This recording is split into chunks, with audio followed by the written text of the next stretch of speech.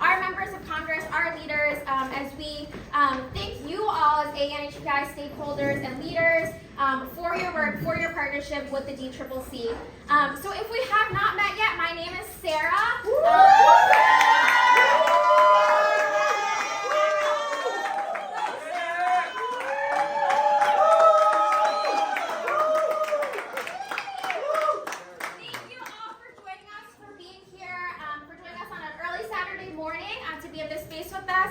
So I am leading our AANHPI engagement portfolio at the DCCC, or the Democratic Congressional Campaign Committee. Our mission at the DCCC, if you aren't familiar with the DCCC, we're a sister committee of the DNC and the DSCC. We are the only national political committee focused on electing Democrats to the House of Representatives. And we are so excited to have all of you here for the special stakeholders reception. So I just want to start, before we turn it over to our amazing special guests here, by thanking a couple of groups and folks. The first, I just want to thank Ime, the restaurant, for hosting us in this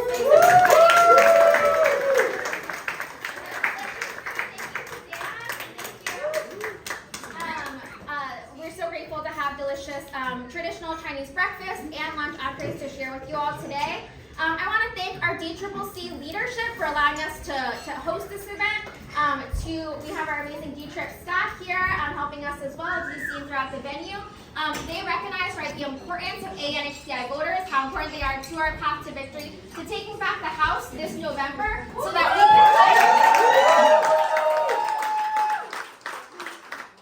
can elect Leader Hakeem Jeffries as Speaker of the House of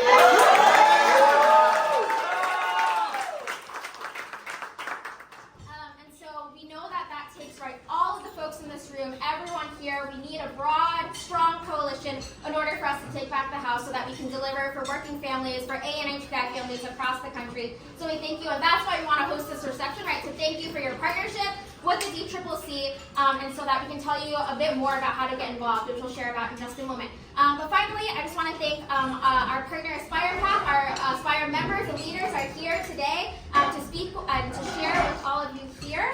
And we are so grateful to Aspire PAC. Aspire PAC is the campaign arm of the Congressional Asian Pacific American Caucus, or KPAC. And we're so grateful to have their partnership in ensuring that we can increase ANHPI representation in Congress and engage every single one of our ANHPI voters across the country.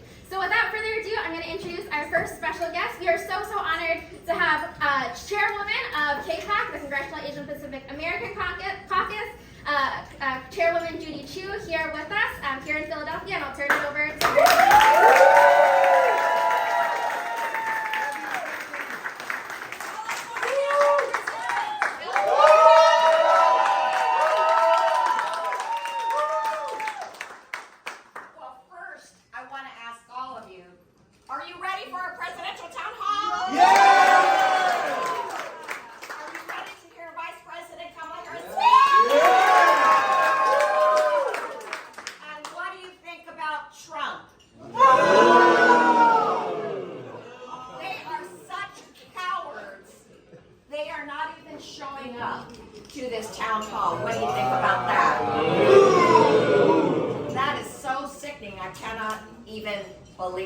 But it's wonderful to see all of you here, and I really want to thank the DCCC, Sarah Lynn, for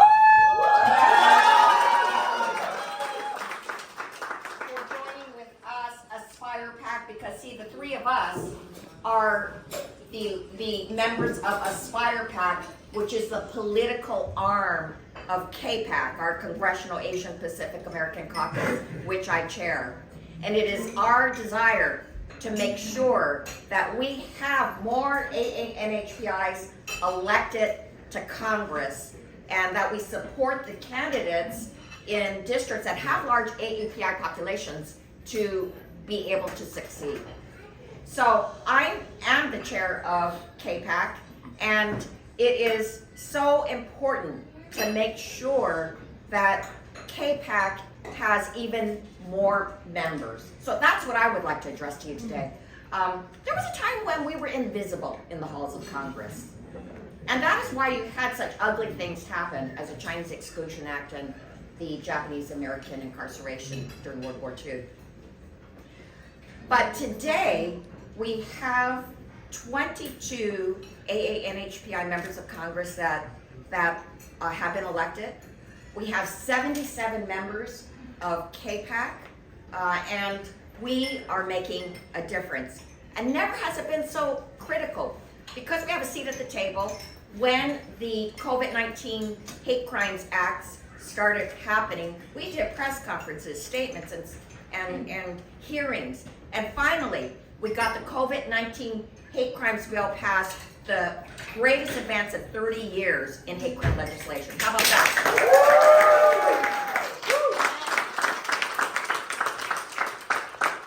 And then we knew that we needed to increase the knowledge that Americans had of our contributions to America. And so that's why we got the bill to start the process for creating an AANHPI Smithsonian Museum passed, and yeah, now it's started.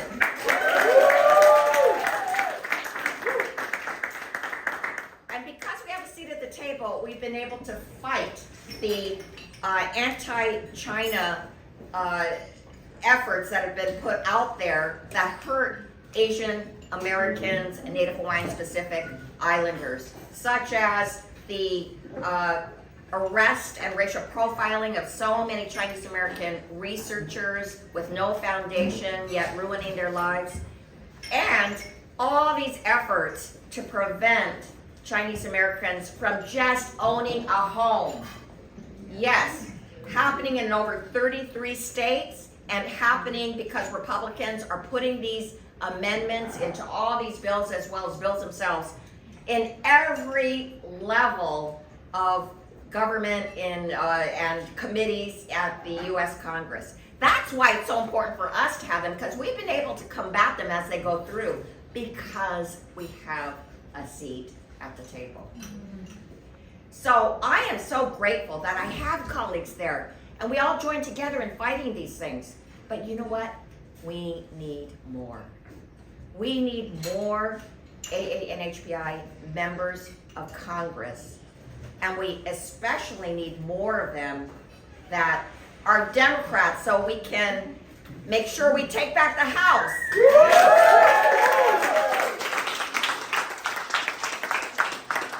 So, you know, we're only 4 seats away from doing that. We need 4 net seats in order to take back the House. And we have such incredible candidates. We have 3 red to blue candidates that I want to make you aware of, because they're so fantastic. Dave Min in Orange County. He's a state senator. He's Korean American. Yeah, Korea!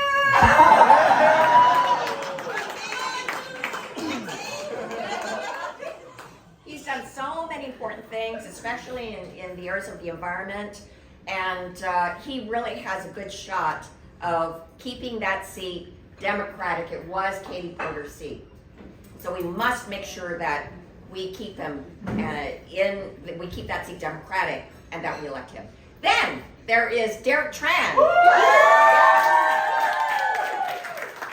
Derek Tran in Orange County. He's Vietnamese American. He would be the first Vietnamese American to represent a Vietnamese community.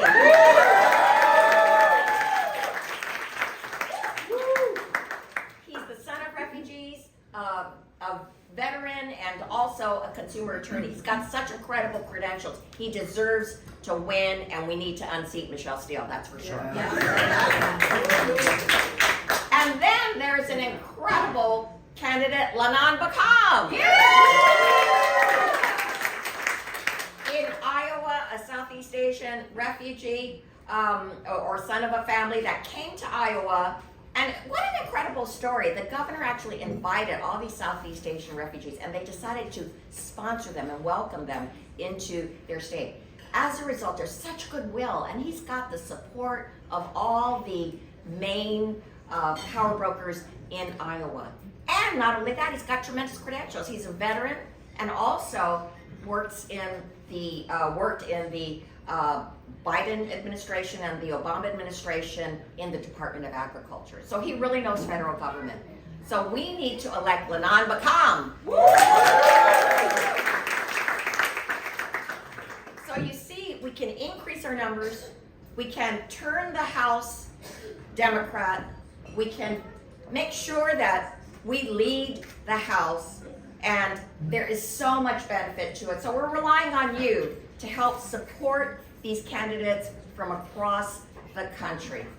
Thank you, and now I'd like to turn it over to my incredible colleague who was elected for the first time as vice chair of our House Democratic Caucus, the first Asian American ever to do so, which puts him on the track, maybe, to be speaker one day.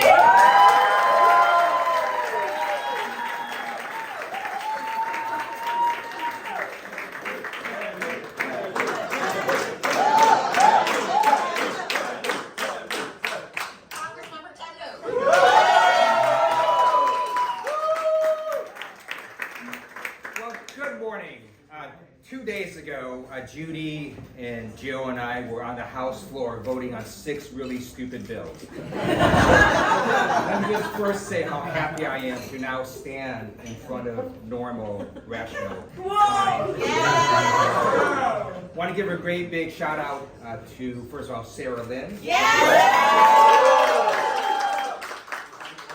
along with all the community leaders. The chair of the DCCC, Susan Delveni, does a great job. And I want to say a few words about my colleagues here. So, under Judy Chu's leadership as KPAC, we now have the highest number of AA and HPI members in U.S. history in Congress. Yeah! And we're going to expand next term. So, we just won a congressional primary in Virginia. An AA and HPI candidate won their primary. It's a Democratic seat. And then our own Andy Kim is now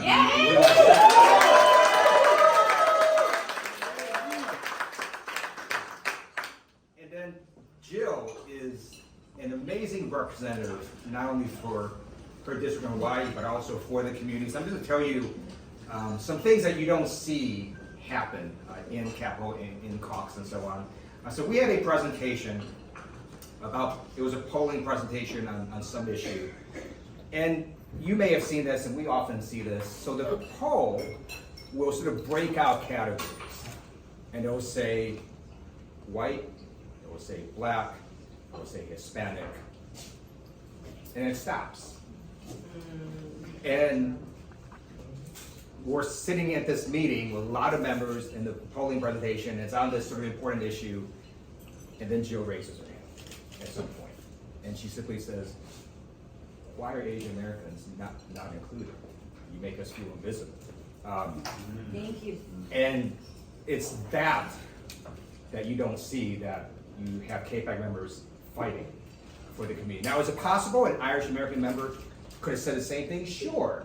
But no one did. It took Jill Takuda, who was pissed off looking at this poll, to speak up. And I guarantee you that pollster is never going to do that ever again, right? And show it to the most diverse Democratic caucus, legislative caucus in the world. It's just an honor to be with my colleagues. We're fighting for representation. So I'll talk about 3 things. The first is there is both good news and bad news for the community. I'll start with the bad news first. The bad news is, as you know, there's a shocking rise in hate crimes against people that look like you and me. 339% during the pandemic. It was not helped when the former president used racist phrases like Kung Flu. It was not helped when he essentially blamed the virus on Chinese people. It's not helpful when even today he continues to mock Elaine Chao's name. Because when he does that, he is disrespecting not only Elaine Chao, but you and your children and your family. Now the good news is we have a president that does not do that. President Biden has been an amazing champion of the AA and HPA community. By the way, I see we have Erica Murasugu here, who is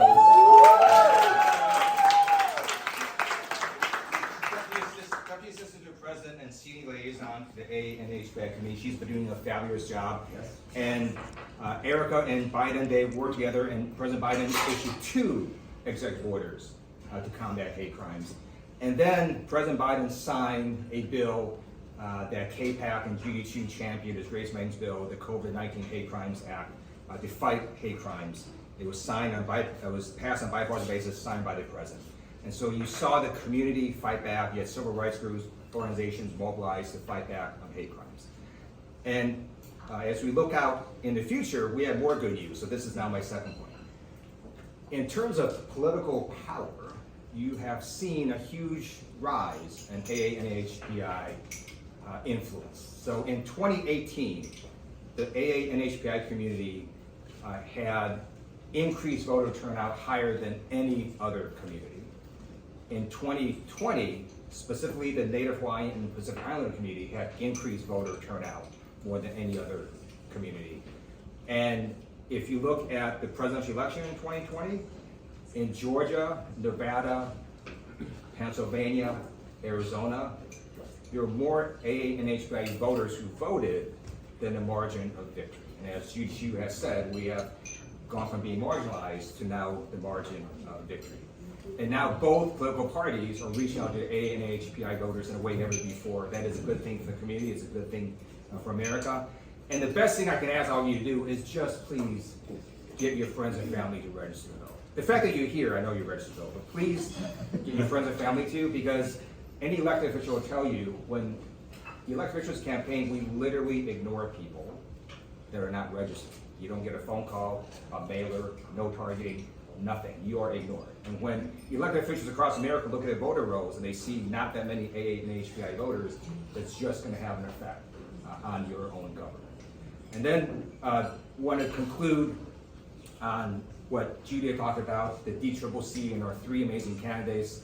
I want to just say one fact about each. So Lanam Bakum is not only a combat veteran, but he's running in a race where we lost when it was just a head-to-head, Democrat, Republican. We won when it was Democrat, Republican, Libertarian. Well, it turns out that unlike last term, the Libertarian Party fielded a pretty good candidate. So now in that district, if you're a Republican voter that understands the party has moved away from you, they might just vote Libertarian, and then the Democrats consolidate, Lanam wins. In Derek Tran's district, there is a high Vietnamese American population. Not only is Derek Vietnamese American, he's an amazingly hard worker, and he put out a poll that was basically no information, just straight up, he's basically tied with an incumbent Republican. You give him money to message, he wins that race. And then in terms of Dave Ben, it turns out that state legislators, local elected officials just have an advantage when running for Congress. He has pretty high name ID, he's done an amazing job. So you give him the resources, he's gonna win, and then KPAC is gonna expand even more. By the way, I also know we have joining us Megan Kamesa, who is on the DNC and Biden Finance Committee. Not only has she been helping Democrats, but specifically, she's been working on this issue that's important to the community. It turns out that all these drugs we all take, did you know there's really no requirement that they have diverse drug trials? So they felt like the company could just sort of test everything on Caucasians and go, oh, we just think the AA and HPI community is the same. Well, maybe not. And so she's been working to make sure we have diverse drug trials, which is a really big help. And so let me just say this one more thing. Judy had mentioned we need to flip 4 seats. The reason we have to flip 4 is because we actually had to flip 5, but we won this seat in New York. Tom Swazi won. One reason we won it is AA and HPI turnout surged and increased more than 2018, more than 2020, and that is one reason. So I want you all to understand that the AA and HPI community has arrived. We are Americans. We are here to stay. And in November, hear us roar. I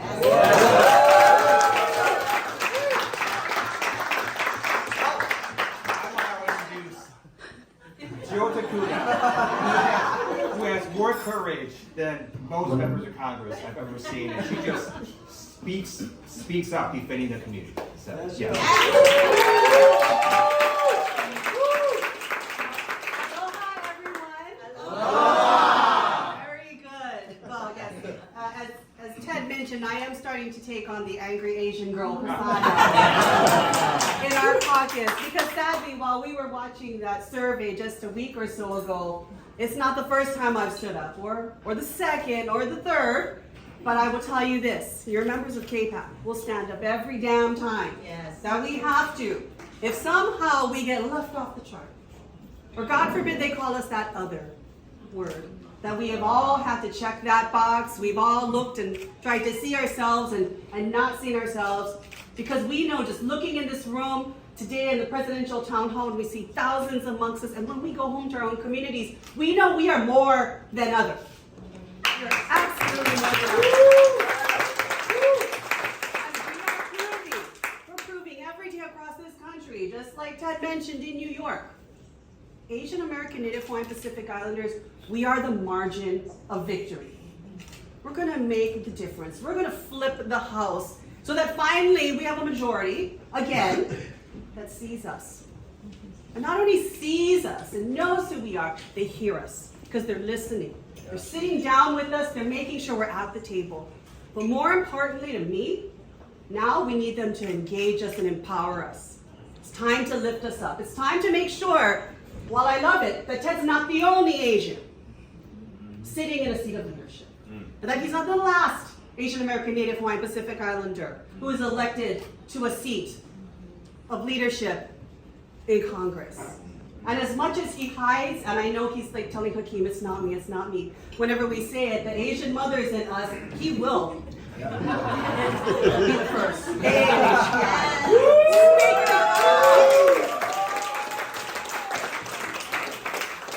Because we will not rest, as you see. We will not rest. We have a record number, yes. We are going to flip seats left and right. We are going to win our 3 red to blue and then some this November.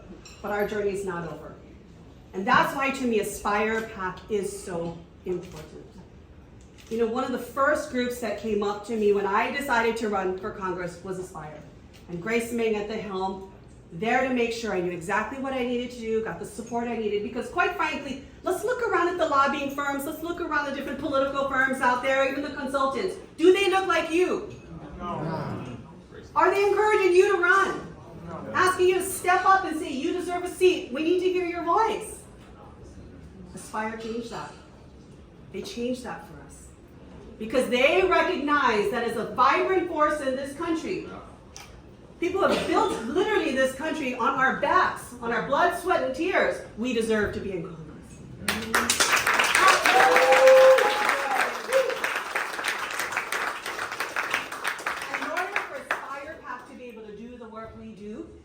We need you. You all make it possible, and you've heard it from us today. And we're not just talking about the dollars, although, hey, that's really important. For many red to blue candidates, please, that's really important. But as Ted said, when you register to vote, and when people look at the rolls and they see AA and HPI are showing up, and they're voting, and they're making their voices heard, that's a lot. When you volunteer, when you hit the pavement and the streets, when you pick up the phones and call, when Grace Ming says, we need to elect Tom Swazi, and you all show up in droves from across the country, I had phone bankers in Hawaii calling for Tom Swazi.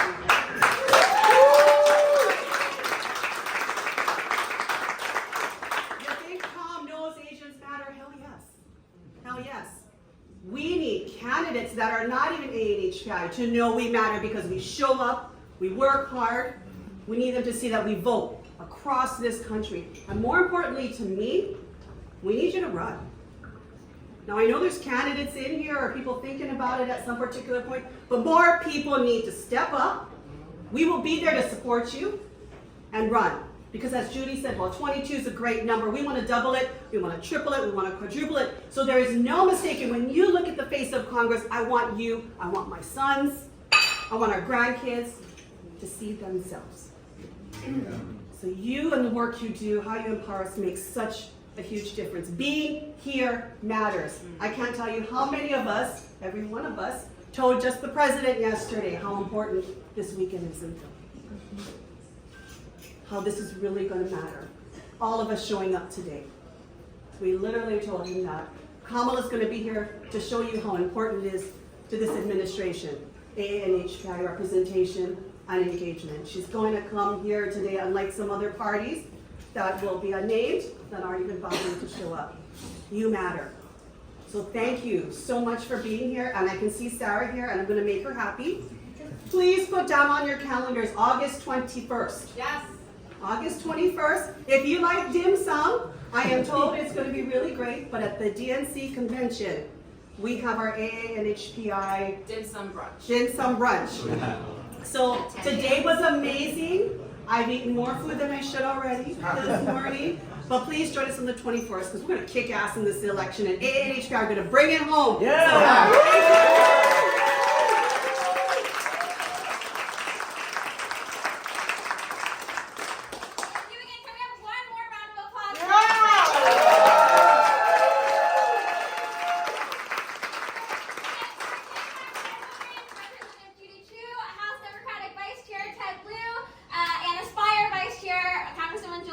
Thank you.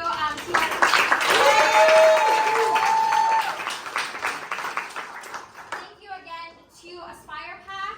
We at the DCCC cannot emphasize enough how important that partnership with Aspire PAC is. And to, I know she can't be here today, but to Chairwoman Grace Meng, who so many of us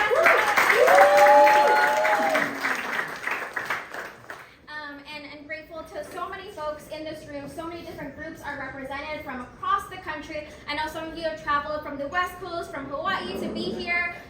We thank Erica, Mertzi Group from the Biden administration for the work that and I want to just close by saying, that our incredible team at the DCCC, right? The reason we are in this space, the reason we are hosting this reception is that we know that AA and HPI voters are critical and essential to our path to victory in taking back the House this November. And so that is why the DTRIP has made its earliest and largest coordinated investment in reaching voters of color this 2024 cycle.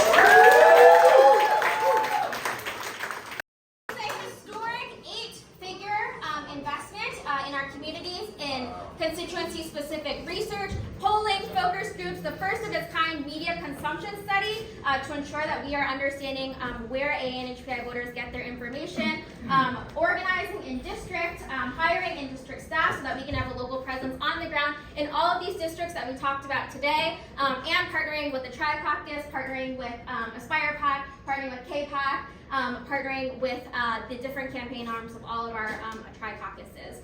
So just want to share that with all of you today, and want to give just another plug. Again, as our amazing special guest shared, we have 3 AH and HPI red to blue candidates.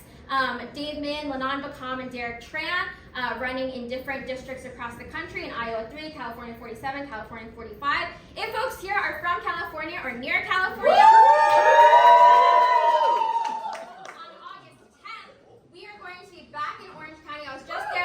on the ground with our candidates. On August 10th, we're going to do an AAPI Day of Action in Orange County. We have amazing partners with the CADEM AAPI Caucus. We've done a national virtual AAPI Day of Action already, calling AA and HPI voters in the district. I'm grateful to partners like SAFA, like the CADEM AAPI Caucus, for joining us in making sure that we can reach voters. And so what we'll do as we wrap up here is we'll have QR codes as folks exit that have our amazing link tree that has all the ways that you all can get involved, because we know that we don't want to just gather here and say these words and then folks to leave, but we want to mobilize our community so that we can build our political power, so that we can elect folks who represent us, who have our best interests in mind. And so really encourage folks to scan this QR code, to sign up, to volunteer, to donate, and to help us take back the House this November. And so finally, I also just want to say thank you again to Ime for hosting us. We do have a lot of extra food.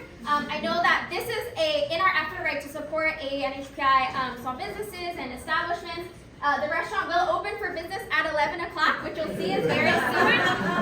And so in our effort to support their work today with the town hall and all the folks that are in Philadelphia this weekend, we'll take a photo and we'll kindly direct folks to start exiting the space so that we can clear the space for folks to come and enjoy those delicious food that you all have enjoyed this morning. With that, I just want to take one quick photo of folks here, and thank you all for coming. So I'm gonna do just one photo with folks who are here. All